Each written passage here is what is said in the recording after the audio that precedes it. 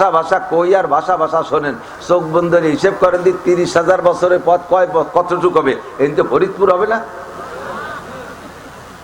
তাও চুলের সে চিকুন, হীরার সে দার, দন্নার কোনো বাস নাই যে ওই ধরে ঝুলতে ঝুলতে যাবেন। আমল নামা ডাইনেতে পাইছেন, কিন্তু বেচতে আবার ওই গাঙ্গের উপার। ভয়তে চক্ষু বন্ধ করে বসে যাবেন, ও কপাল, দাঁড়িয়ে আমল নামা দেওয়ার কাজ হলো না, আমার কপালে আর বেচতে হবে, আমি কিভাবে পার হবো, এই ভয়তে বসে যাবেন। আবার মনে মনে ভাববেন, যেহেতু ফেরেশতা কইছে যে উপার ছাড়া বেচতে নাই, যেভাবে চেষ্টা তো করতে হবে, এই জায়গা তো থাকা যাবে না। চোখ খুলে দেখবেন যে আপনি পুলসিরাতের উপার চলে গেছেন, কোন ফাঁকে আপনি জানেনও না। এর নাম হলো ওয়ায়ামুরু আলা সিরাতে কালবান, বিদ্যুৎ গতিতে পুলসিরাত পার হয়ে যাবেন। 4টে পাইলেন নামাজের পুরস্কার। বিদ্যুৎ গতিতে পুলসিরাত পার হওয়ার আমল আর একটাও নাই। 1000 খতম কুরআন আছে, তার নেকি আলাদা। 10টা 20টা ওয়াজ উমরা আছে, তার নেকি আলাদা। পুলসিরাত বিদ্যুৎ গতিতে পার হওয়ার আমল একমাত্র নামাজ, একমাত্র নামাজ, কেবল মাত্র নামাজ, শুধুমাত্র নামাজ। নারী আর পুরুষ পাগলামি করো না, বেখেয়ালে শুনো না, শোনা রেডি হয়ে যাও। এবার পুলসিরাত পার হইলাম, বেচতে খুঁজে পাচ্ছি না, এত বড় সরের উপর আসলাম, বেচতে কোন দিক তালাশ করে পাচ্ছি না। বেচতে পাওয়ার জন্য পাগল হয়ে যাবেন। আল্লাহ বেচতে কোন দিক? ফেরেশতারা মাঠ ভরা থাকবে, ফেরেশতাদের কাছে জিজ্ঞেস করবেন, ভাই আইনাল জান্নাতি, আইনা জান্নাতি, আইনা জান্নাতি, ও ভাই আমার বেচতে কোন দিক, আমি টিকিট পেয়ে গেছি, ঢুকবো কোন দিক দিয়ে? ফেরেশতারা বলবে যে এই দিক দিয়ে যাও। কদ্দূর আগে দেখবেন বিশাল একটা পোল, একটা সার, একটা সাঁকো।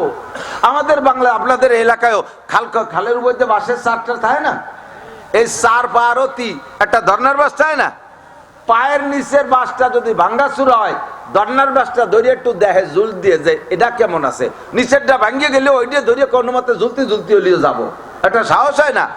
এই জায়গা যাইয়ে ফেরেশতারা বেচতে পার না, বেচতে আলো এই গাঙ্গের উপার, ঢাকা আলোয় পদ্মার উপার, এবার করে ঢাকা নাই।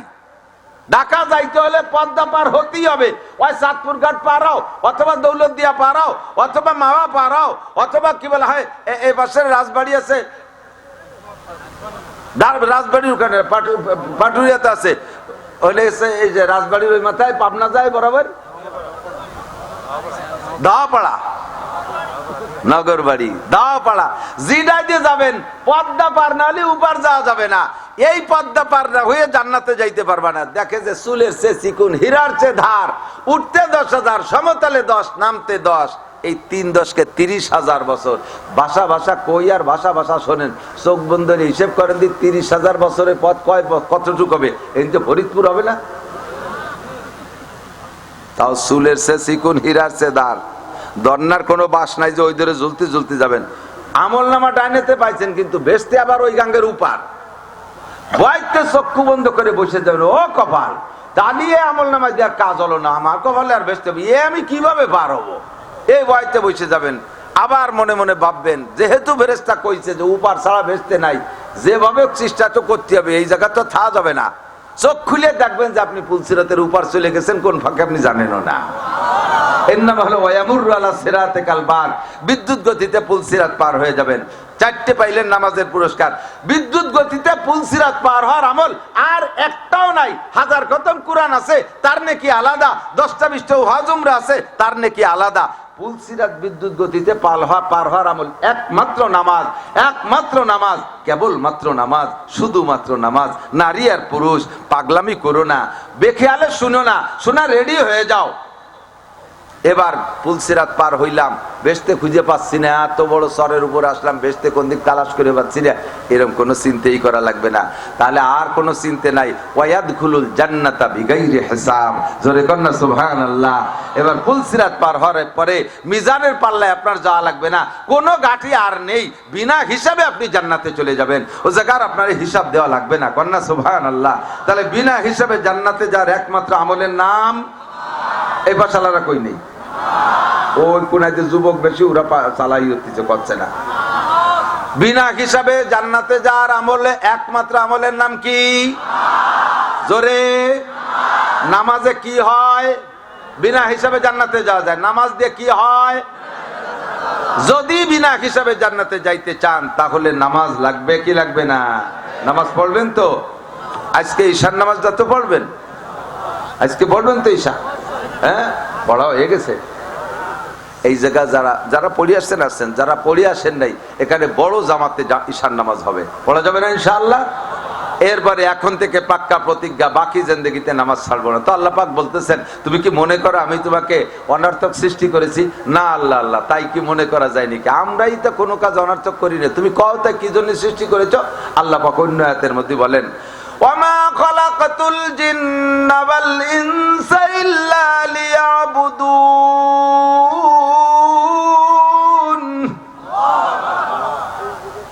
সব কিছু বানাইছি তোমাকে জন্য। খেয়াল করেন, সব কিছু বানাইছি তোমাকে জন্য, আমাদের জন্য সবকিছু। সূর্য কার খেদমত করে? মানুষের খেদমত না? 10 দিন সূর্য না উঠলে কি শান্তি ঠায়?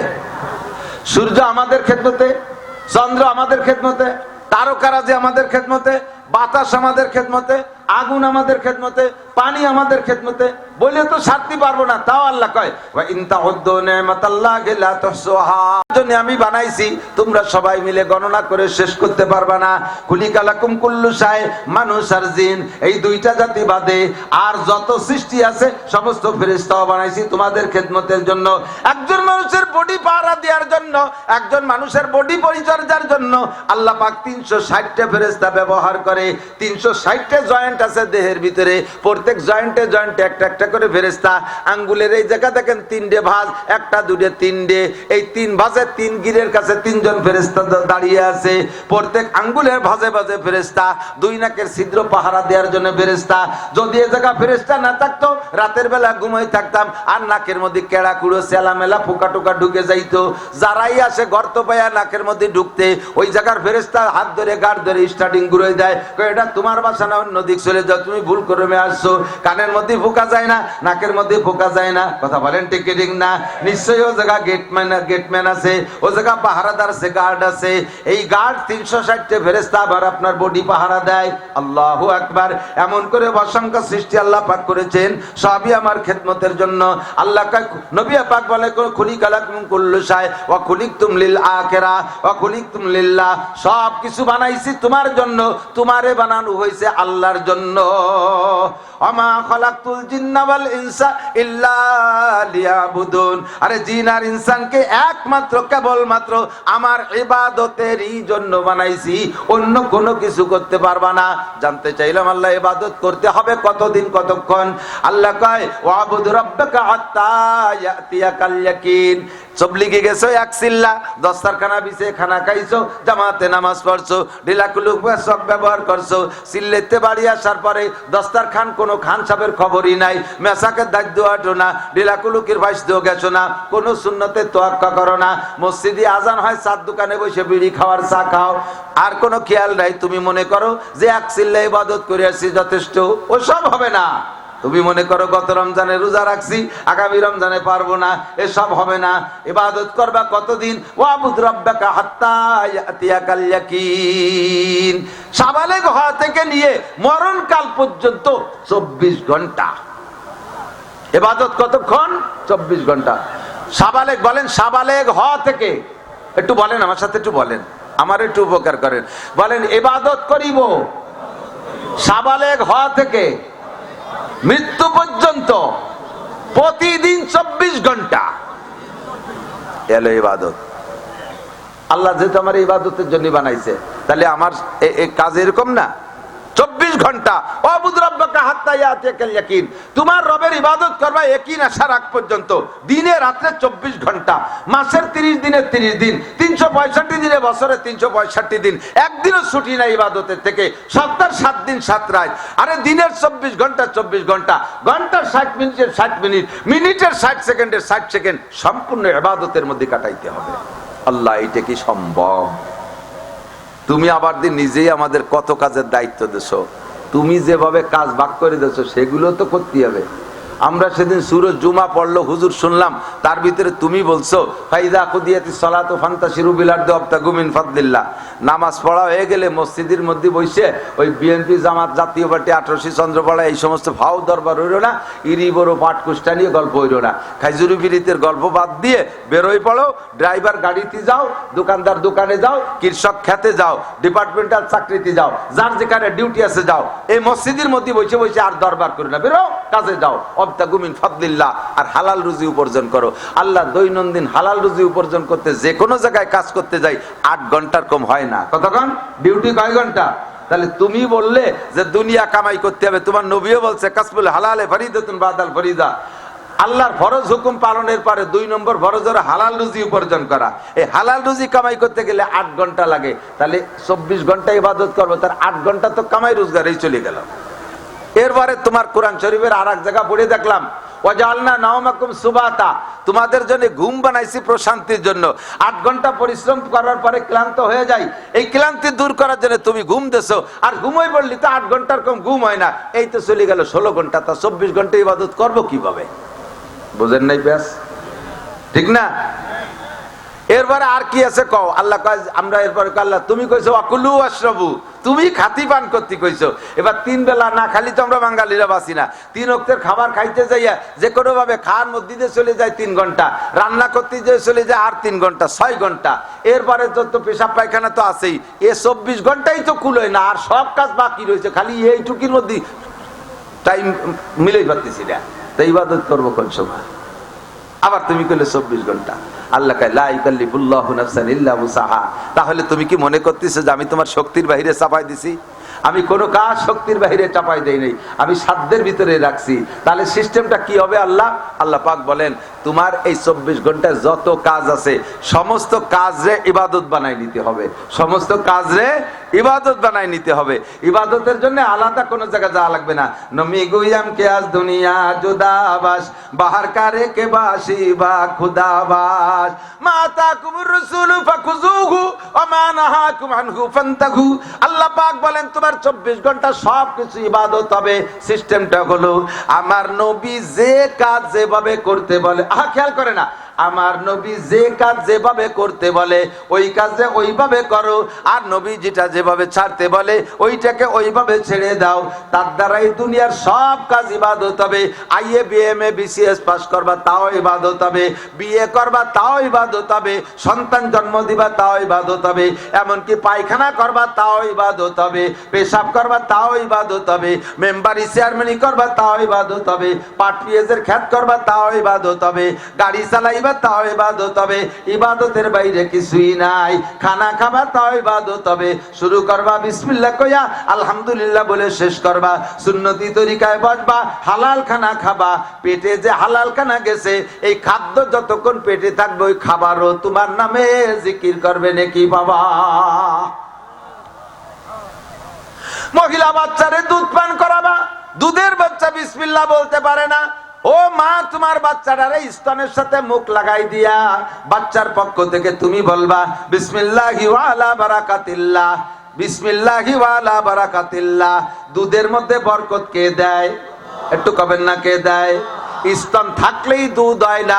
বহুত মোটা মোটা বিটি গে একটা বাচ্চারে 1 ফোঁট দুধ ওই স্তন থেকে খাওয়াতে পারে না। 2.5 বছরে 3.5 লাখ টাকার ফিডার দুধ কিনে খাওয়ানো লাগে। আর তুমি শুকনো একটা মহিলা, তোমার 2টা বাচ্চা যমজ জন্ম নিয়েছে, 2 বাচ্চায় 2 স্তনের দুধ খাইয়েও সারতে পারে না, ব্লাউজ আর ছায়া পর্যন্ত ভিজে যায়। তাহলে তোমার স্তনের মধ্যে দুধ কে দেছে? এই রহমত আর বরকতের নিয়ত করে তুমি বিসমিল্লাহি ওয়া আলা বারাকাতিল্লাহ বইলা বাচ্চার মুখটা স্তনের সাথে লাগাইয়া দিবা। বাচ্চার খাওয়া শেষ হয়ে গেলে মুখ সরাই নিয়ে যাবে, তুমি বাচ্চার পক্ষ থেকে শুকর আদায় করবা, আলহামদুলিল্লাহিল্লাযী আত'আমানা ওয়া সাকানা ওয়া জাআলানা মিনাল মুসলিমিন। যত ফুটা দুধ পান করেছে ফুটারে আবার ছোট করা হবে, জাররা জাররা অণু পরমাণু বানাইয়া প্রত্যেক অণুতে অণুতে এক একটা করে নেকি মা তোমার আমলনামায় দিয়ে দেয়া হবে। বাচ্চারে দুধ খাওয়াবা তাও ইবাদত হয়ে যাইবে। হাত্তা লুকমাতে ফি ফি জাওজিহা, এমন কি স্বামীর মুখে আল্লাহদের ঠেলায় আদরে আপ্যায়নে একটা কমলা লেবুর দানা ভাঙ্গে স্বামীর মুখে তুলে দিবা মা, তাহলে তোমার আমল নামায় 7 ভরি স্বর্ণ আল্লাহর রাস্তায় দান করার সওয়াব হইয়া যায়। নমি গুইয়াম কে আজ দুনিয়া জুদাবাস, বাহার কারে কে বাসি বা খুদাবাস। বলি না তুমি দুনিয়া ছাড়িয়ে দে আটলান্টিক মহাসাগরের সরের পার যে ইবাদত করো, বলি না বাংলাদেশ ছাড়িয়ে চট্টগ্রাম পাহাড়ের ছাদের উপরে যে ইবাদত করো, এই সমাজেই থাকবা আর সমাজ যারে ইবাদত খানা বানাবা। 5 ওয়াক্ত নামাজ মসজিদে যে পড়বা, একে অপরকে সালাম দিবা, কথা বলেন, একে অপরকে সালাম দিবা, হাসি মুখে কথা বলবা, মোহাব্বতের সাথে মুসাফা করবা, পারিবারিক জীবনটা নবীওয়ালা তরিকায় সাজানোর চেষ্টা করবা, ছেলে মেয়েকে দিনদার ইমানদার পরহেজগার বানানোর চেষ্টা করবা। পড়াবা জেনারেল ঠিক আছে, কিন্তু নামাজি বানায় নিবা। জীবনের শুরুতে 7, 8, 10 বছরের ভিতরে নামাজের প্রশিক্ষণ দিয়ে নিবা। বউ বাচ্চা মেয়েদেরকে শতভাগ পর্দার মধ্যে রাখবা। নিজের জমি খাত খামার চাষবাস করবা। বন্ধকি কোনো জমির সিস্টেমে যাবা না। যত বন্ধকি সিস্টেম আছে সবগুলো সুদে কারবার, ওর মধ্যে যাবা না। আর ব্যারাকেডামস কারিতাস বিআর ডিভিশনের বার জাগরণী চক্র আশা প্রশিকা গ্রামীণ ব্যাংকের টাকা নিয়ে ফসলের ক্ষেতের মধ্যে ঢুকাবা না, তাহলে ওই ফসলের উপরে আল্লাহর গজব আসবে। চাকরি ধরতে যাইয়া ঘুষ দিবা না, আর সুদে লোন করে সেই টাকা দিয়ে চাকরি ধরবা না, চাকরি জীবনে ঘুষ খাবা না। এইরকম কিছু মোটা মোটা কথা মেনে চলবা, তাহলে তোমার জীবনের সব কাজ ইবাদত হইয়া যাবে। আল্লাহ পাক আমাদের নসিব করে, সবাই বলেন আমিন। আবার বলি আমিন। মাহফিল কি আপনাদের খারাপ লাগতেছে না? ভালো লাগতেছে? রাতভর হলেও ভালো লাগবে না? মানে রাতভর হওয়ার জন্য তো আমাদের একটু সাপোর্ট লাগবে। আমি আপনাদের এখানে মৌলানা শফিক সাহেবের রিকোয়েস্টে টাইম রেখেছি বাদ মাগরিব 1 ঘন্টা। আল্লাহ তারপরে চালাক হয়ে গেছে, কত চালাক ভাবছে যে শেষ, এনে যাই। যারা মোদির দলের আর নেতানিয়াহুর দলের, তারা আস্তে আস্তে চলে যাক। মোদি আর নেতানিয়াহুর চেনেন? আপনাকে তাও হিসাব হয় নাকি? বিশ্ব বদমাইশ, কথা বলেন, বিশ্ব বদমাইশ মোদি আর টেম্পার নেতানিয়াহু। আল্লাহ যেন আমাদের ওদের সাথে হাসরের মাঠও দেখা না করায়, দুনিয়ায় যেন ওদের সাথে দেখা না হয়। ওই যে মিশরে যে মিটিং হয়েছে না যুদ্ধবিরতির, তুরস্কের প্রেসিডেন্ট খবর পাইছে যে মিশরের প্রেসিডেন্ট নেতানিয়াহুরে দাওয়াত দিয়েছে। তুরস্কের প্রেসিডেন্ট এসে ভূমধ্য সাগরের উপর দিয়ে বিমান ঘুরেছে, আর ওই যাইতে ফোন করছে, ওই বদমাইশ আসলে আমি মিটিং এ আসবো না, ওর চেহারাই দেখবো না। ও লক্ষ লক্ষ মুসলমানকে মারছে, আর সেই শয়তানের চেহারা আমি এক মিটিং এ বসে দেখবো? এটা হতেই পারে না। মুসলমানের চোখ দিয়ে কখনো ওই বদমাইশদের দেখতে রাজি হতে পারে? শখই হতে পারে না, ঠিক না? দুনিয়াও দেখতে চাই না, আখিরাতও দেখতে চাই না, ঠিক? আমরা সাহাবায়ে কিরামদেরকে দেখবো, একটু শখ হয়, মনে চায় যে যদি রিসেপ তাইয়িব এরদোয়ান তুরস্কের প্রেসিডেন্টকে পাইলে একটু মুসাফা করতাম। যদিও সরাসরি পারতেছে না, 90% সহযোগিতা করতেছে কাতারের প্রেসিডেন্ট বাদশাহ। এই লোকটা ভালো মানুষ। আর মাঝে আর যে কটা আছে সব কটা মুনাফিক, সব কটা মুনাফিক। মুনাফিকে মুনাফিকে বিশ্ব ভরে গেছে, আর বাংলাদেশও ভরি যার কায়দা হয়ে গেছে, ভ্যারাইটি কিসিমের মুনাফিক।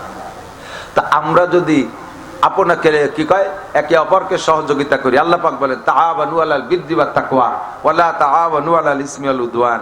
একে অপরকে ভালো কাজে সাহায্য করো। আপনাদের এলাকায় কাজে ডাঙ্গা লাগলে যারা কাজে করে নাই, যারা কাজে করে নাই, গন্ডগোল বাঁধিয়ে গেলে, তারপরে কেস কাছারি শুরু হয়ে গেলে, সেই কেসের চান্দা কিন্তু তাগেও দেয়া লাগে। এই এলাকায় বসো, এই মহল্লায় বস করতে এলি পারা কেসের চান্দা, আমি কি মারামারি হতে গেছি নাকি?